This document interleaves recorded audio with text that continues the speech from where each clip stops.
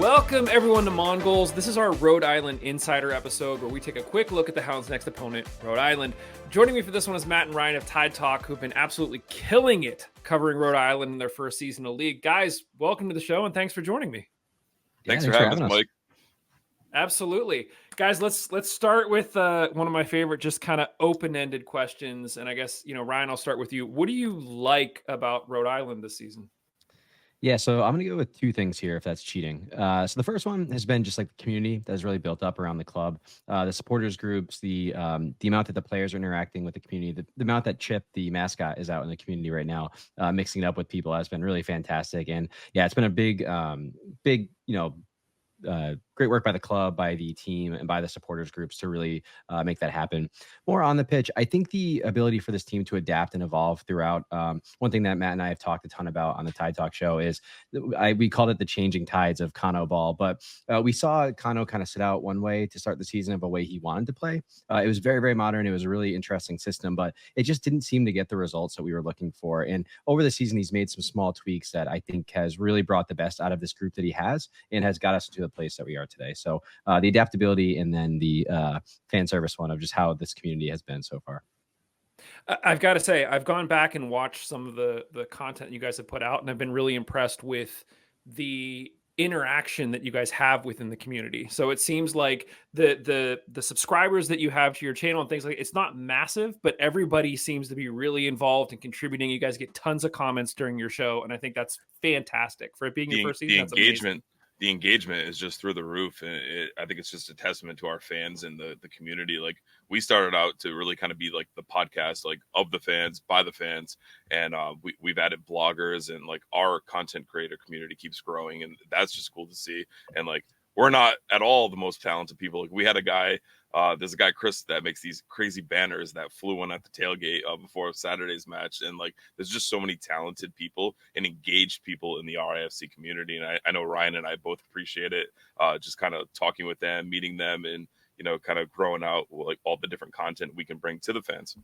Yeah, I know it's like a big pride point in the state. Like Providence, the capital of the state, is like known as the creative capital. And I know it's like one of those things that a lot of people take pride in. And you see a lot of that on show with either content creation or just banners in the stadium or just the way that people express themselves for the team, which is awesome.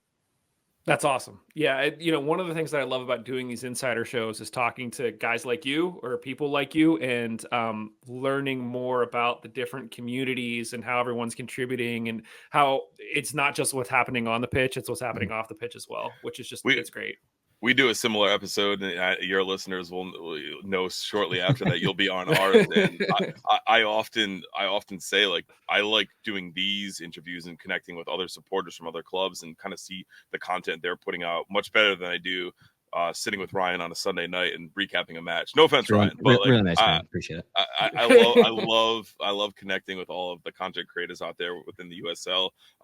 Obviously, the Rhode Island fan base is new to the USL, and I think we're kind of discovering some of these other content creation streams out there, and people love it. Our fans absolutely love seeing. We call it the away end, seeing our away end episodes, and just kind of learning about other clubs and getting an insight into the league.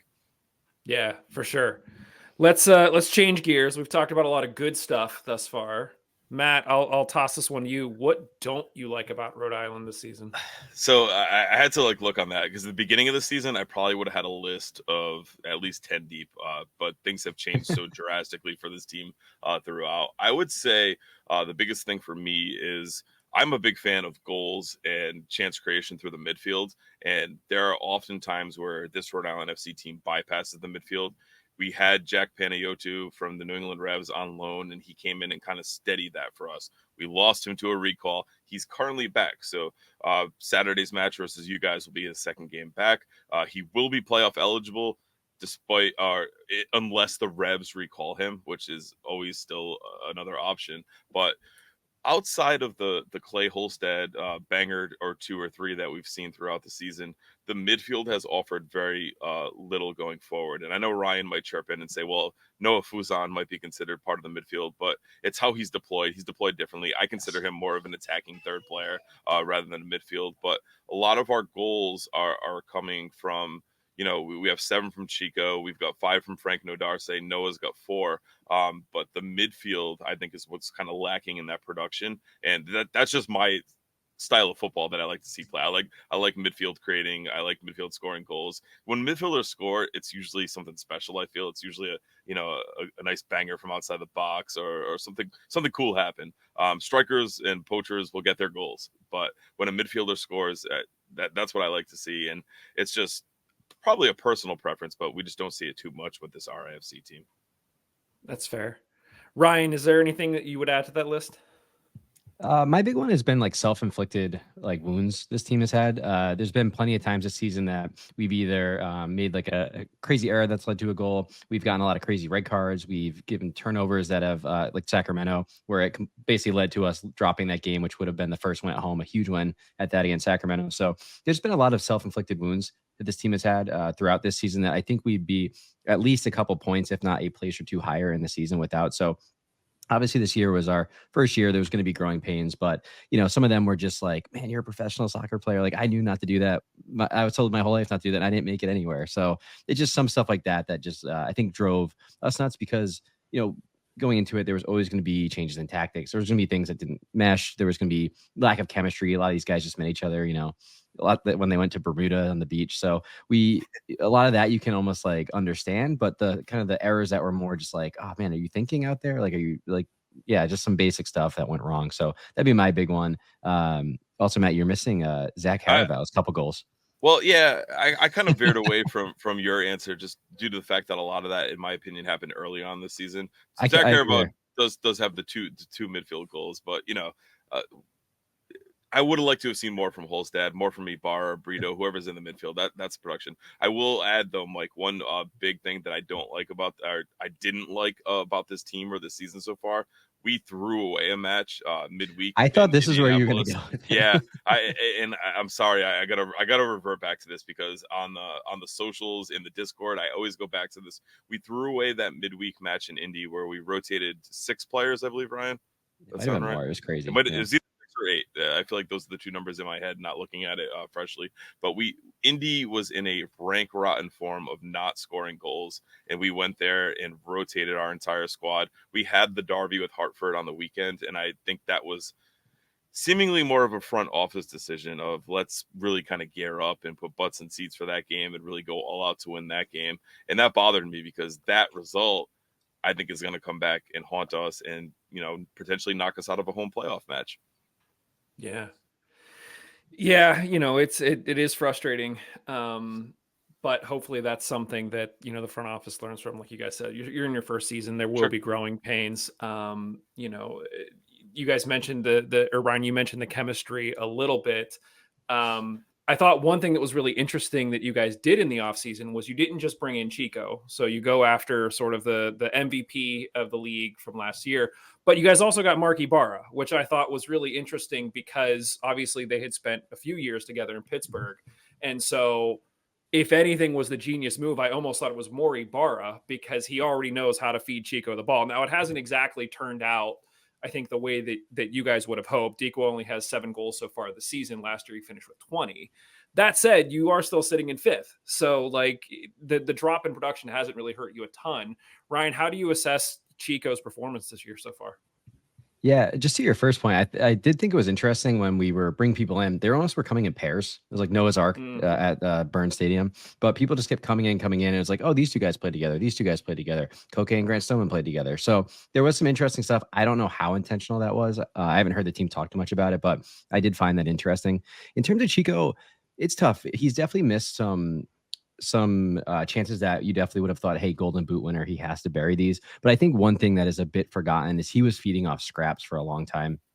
As we mentioned, this team was pretty dysfunctional, especially at the top of the pitch to start this season. I mean, we just watched games and I genuinely I don't know what their plan is to score here. It was a lot of hit and hope crosses, which I don't believe that's really Chico's strong suit, being in the air. So I do think we've had to adjust. I do think there is a comment, I don't know how common it is, but there is an idea amongst the supporters group that maybe Chico wasn't as it was more planned around JJ, and then Chico kind of became available, and it was like, oh, JJ's hurt. We probably should go for this guy if we can get him. So it might have been a bit of like, I don't want to say square peg round hole, but a bit of us trying to figure it back out. But at the same time, I think he was mostly hurt by the building chemistry of this team throughout the beginning of the season. It's fair. Yeah, we've talked a lot about how Chico. It's funny because I talked to a number of the players on the Hounds, and we talked about sort of last season and looking back, and the team as a whole really benefited from Chico's unique style in that we weren't getting as many team goals. It was more just like Chico goals. And so this year, the team is trying to do things a little bit differently. It's panned out differently, which we'll talk about more on your show. But yeah, Chico, if the formation and the formula is just right, he can be electric. But sometimes it takes a minute to find that and get him what he needs. So makes sense. And it probably hasn't helped too that like JJ, he's been out for a while, and I think we've seen the best out of Chico when JJ's been playing. So we haven't got a ton of that duo. So hopefully with JJ coming back into fitness, Chico staying fit, maybe we can see a bit more of them as we. And I mean, hey, if they get hot going into the kind of this run in and into the playoffs, that'd be obviously amazing for all of us, or all of us, meaning our IFC fans. Of course, yeah. Listen, outside of this weekend, sure, we'll back you on that. Why not? Matt, how would you, if you could use one or two words to sort of describe your inaugural season, how would you rate it? I mean, obviously you're coming in, it's going to be your first season, there's going to be some growing pains, but still, how do you feel about things? I would say it's pretty successful, and I know that'll be a common thread amongst our AFC supporters. I think that it looks like we're going to be kind of a surefire thing for the playoffs. I know this match versus you guys. Better knock on wood or something over there. Yeah, whatever. I know this match versus you guys. We say it all the time on here, and other people disagree with it. But this is a 6-pointer. This is a playoff 6-pointer, so that could very well influence things. But we sold out the Hartford game. We sold out the inaugural game. So that's a success. They're trying to build that rivalry. They're trying to build out the fan culture. Like Ryan mentioned earlier, the Defiant 1636, our supporters group, is nothing short of amazing. The atmosphere in the section is absolutely incredible. I just think it's a really big success. I think that, kind of being on the edge of the playoffs would have been successful anyway. But I think kind of threatening for a home playoff spot makes it that much further. I will say that even though it's the inaugural season, there are still challenges. We're moving into a much bigger stadium next season, so attendance has to grow. That's a very big topic. In our state, the stadium is a very hot topic issue of the funding and all of that. So I think the community continues to grow. I think the more people that have come to matches have really liked it and enjoyed the match day experience. We're at Bryant University in Smithfield. We get to fully tailgate, drink, cook, do the whole nine. It's like going to an NFL game as far as tailgate experience. It's absolutely top notch. It's going to be a little different next year. We're waiting to see what the parking will look like. But overall, I think it's just a success. And that's truly a credit to the front office, to Kano, to the product he's produced on the pitch. I think he came out, knowing very early on that JJ Williams was injured and he had to wanted to try to play a certain way.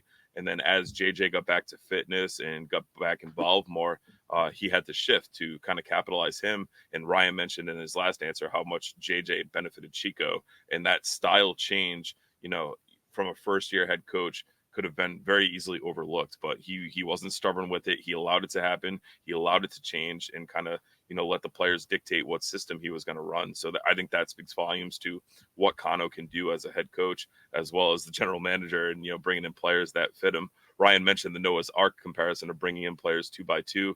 And it seems like he wants to bring in players that are comfortable with each other and that he's comfortable with. A lot of this squad has played together, as Ryan mentioned, or a lot of the squad has played under him or has connected to him at some point. So I think that's very underspoken within the community, but understood as well. But overall, just successful season. Everything off the pitch has gone really smooth, and on the pitch, the results are getting better and the play is getting better every game.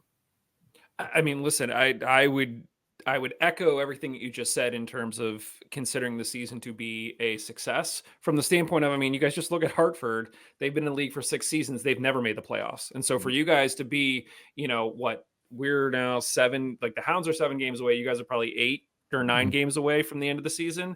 To be in the position you are, like, that's fantastic. That's really, really good. And I guess like if somebody had asked me before the season, Mike, if somebody had asked me that exact same question, like I don't know what my answer would have been, but I think that like just based on what we've seen, like there's no other way to rate it. Yeah, for sure. Ryan, let's put your front office hat on. What would you do differently next year? And this could be anything. It could be something in the front office. It could be something with the team. Obviously, you guys have a new stadium, something with supporters. Just if you could pick one thing that you're like, let's fix this, let's tighten this up. What do you think that would be? Well, I was going to say build a new stadium, but check there. So that's good. This is such a minor thing, but I think something the team should start working on now, and I've given this feedback before next season, is figuring out a way to get people in their seats before the start of the match. You'll watch our games in the first 10 to 15 minutes. You'll be like, there's no one at this game. And then all of a sudden by halftime, you'll be like, oh, wow, this place is almost packed. It's full. So I think there's something about that experience of, hey, let's get people in their seats. It's a really slow trickle. It is. I mean, there's some stuff that we know is a part of the temporary home that we're in right now. There's not a ton of places for like facilities, places to get concessions, things like that. So hopefully that'll be expanded. But I do think there's some kind of like traditions and things like that the team could build around almost get people in the seats and get them loud early, that I think could only help the team and only help the environment more. So that is like one of the most nitpicky things. To Matt's point, like I think they've done a really good job this season, both on and off the pitch, for like they being their first year. The like in stadium environment has been very, very smooth, like checking in, security checks, just like all like the little things that you don't have to think about. And they're playing in a place where they have to, after every game, rip down every Rhode Island FC banner and everything so that the college football team can come in the next day and play. So there's just a lot going into it behind the scenes that is operating at a very high level. So yeah, that's my one big thing is like, can we get people in the seats early? I guess from a larger perspective. And one thing I think we're criticizing them a bit, and I think it's gotten significantly better, is just getting out in the community more. They were doing a lot of marketing, but it didn't seem to be kind of sticking and reaching people. There's a lot of times you'd be out and I'd have my Rhode Island FC hat on, and they're just someone's like, "Who's that? Like, what's this thing?" And I'm like, "Oh my god, like Rhode Island's only this big. Like, how do you not know about this cool new team we have?" Stuff like that. So, but it seems like once someone either goes to a match or they connect with someone about it, if people ask me, "Have you heard about this team?" and I'll start rambling because, of course. But the more you almost get closer to it, the more excited you are about it. Like my brother, he doesn't care about soccer at all. He's been to like 10 matches now. He's like addicted to it. So it's just like getting almost people to like kind of that marketing layer of like getting like that touch, basically, I think is really important as well. Listen, I mean, I'll tell you firsthand, my wife, if I'm sitting down watching a game, she doesn't want to sit and watch a game. If we go to a game, she's like, let's go. Like she wants to be there in the atmosphere, in the supporter section. It's just I've got party. It's fun. Very similar story. I have a 6-year-old and a 3-year-old, and I bought 2 season tickets, and my 6-year-old and I were going to every game. And I think the last 5, if not 6, my wife and my 3-year-old have come to everyone because they love it now. She was posting RIFC Instagram stuff on her story the other day because we're in the supporter section. We end up in the story. We end up in pictures. We end up in players' posts. And like her Instagram story the other day was like chock full of RIFC stuff. So I was like, oh, you caught the bug now too. Yeah, that's awesome. That's awesome. I mean, that's what, every team sort of hopes for. And so it's, if you can get people there and get them to experience it, it's pretty easy to keep them hooked. Exactly. Ryan, let's get down to brass tacks here. How do you think things are going to play out this Saturday at Highmark Stadium? Yeah. So you guys are a tough nut to crack. I'll tell you that much. I'm pretty nervous here. I think the game is going to be played in a style that I don't think suits the way that Rhode Island has been wanting to play as of late. Like we said, there's been this kind of changing of the tactics that we've deployed throughout the year that has seen us go from like a super possession-based team and super high press team to a little bit more lax on the press and much less possession, a little bit more counterattacking. But I know that you guys also like to play a kind of similar way. You're pretty lowly ranked in terms of possession and things like that. So I think when the onus is on us to break a team down, I do get a little nervous because that hasn't been something we've been amazing at. The nice thing is we did just bring in Jack Paniotu, who's a much more creative number 10. So hopefully he can pick that lock. The other big kind of benefit I think that Rhode Island FC has going to the match is that your center back, I think it's Pat Hogan. Mm-hmm. Yes, he is suspended, I believe, due to a red card last match. So I think that's massive. He seems to be truly incredible. I think I wrote down today he's in the 90th plus percentile in like tackles, duels won, aerial duels. So with this becoming a bit of a long ball battle and like kind of chess match of like where the game is being played, I think that's a huge benefit to us if we can take advantage of that. So I've been on the fence of a 1-0 Rhode Island or a 0-0 draw again. So I'm going to go 1-0 Rhode Island, but I as always, feel terrible about that. So I listen. No, it's a fair shout. Matt, how are you feeling about this one? I echo a lot of what Ryan said. I think this is going to be a very, very physical battle. I think there's a lot of familiarity between the two clubs. I know it was 0-0 last time out. True rock fight. Yeah, I think it's going to be another rock fight. I think there's maybe a set piece goal either way or a penalty goal either way. I'm going 1-1 draw. I'm not too confident about that, and I'm okay with that result. Just as far as like where you guys are in the table, where we're at in the table, I think Rhode Island going in and not losing is a key result for this team. So I've battled with it. I think it's going to be an absolute rock fight. We're doing one of our live shows at Providence Brewing Company near us, like a pregame setup, and I know we'll be drinking beer tight knuckled for this one. But I came up with 1-1, and like I said, I wasn't comfortable picking either way, and that's kind of where I sat with.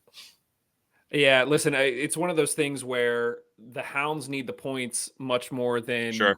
I won't say you guys do. You guys are better just keeping other teams from getting points at this point. So if you can just, you're much more comfortable with ties at this point than we and have to be. If we draw on Saturday, that ties the record. So like, it does, yeah. And it's also interesting. Go ahead, Ryan. I was gonna say the only way I could see this game being kind of different is if like probably more Rhode Island FC gets an early goal, and then I think that would kind of almost force Pittsburgh to have to play a bit more. Yeah, so to be clear, I don't think it's going to happen. Again, Pittsburgh very, very tough nut to crack, but I think that's the only way I could see this being a little bit of like a 2-1 style game rather than a 1-0 or 1-1. It's really interesting you talking about sort of possession and sort of being a counter-attacking thing. I ran some numbers, and of all of our games this season, any game that we had more than, I think it was 46% possession, it was a guaranteed loss or tie. So we only win if we have less than 50% possession. So it'll be very interesting to see these two teams that, both sort of function really well without the ball, how this all like shakes out on the field. Sure. Yeah, it's really funny you say that because I remember we've talked about this because there's been a couple of matches now where we played teams that have had that like similar almost stat of like when we don't have the ball, we're better. And I'm like, well, when we don't have the ball, we're better. And it's like, it's such a funny thing to be like, how do you go into a game and be like, no, you have it. No, you have it. No, you have it. It's like hot potato. Yeah. Guys, this is fantastic. We're going to jump over and do your show here in a minute. Ryan, why don't you tell everyone where they can find you guys online? Yeah, so you'll see right over here, Matt's little badge there. You can go to Tide Talk RI. You can catch us on all socials there, YouTube, Instagram, Twitter. I will refuse to call it X. You'll see it there. We also have a website, tidetalkri.com, that we have blogs, a couple bloggers. They do weekly content pre and post match, as well as new signings, things like that. And we post all of our video content there. So yeah, Tide Talk RI, kind of anywhere you are. Yeah. Really, really great stuff, guys. Again, appreciate you take some time to talk to me and share some details on Rhode Island. Looking forward to, again, doing this in a few minutes. Like I said, over on Tide Talk. So for those of you who are listening here, make sure you go check out the Tide Talk version as well. There's probably going to be a few new things that I'll probably drop over there for sure. So, yeah, again, really appreciate it. And thanks, everyone, for watching and listening. Be sure to subscribe wherever you're enjoying this, and we will be back with more Hounds content very, very soon.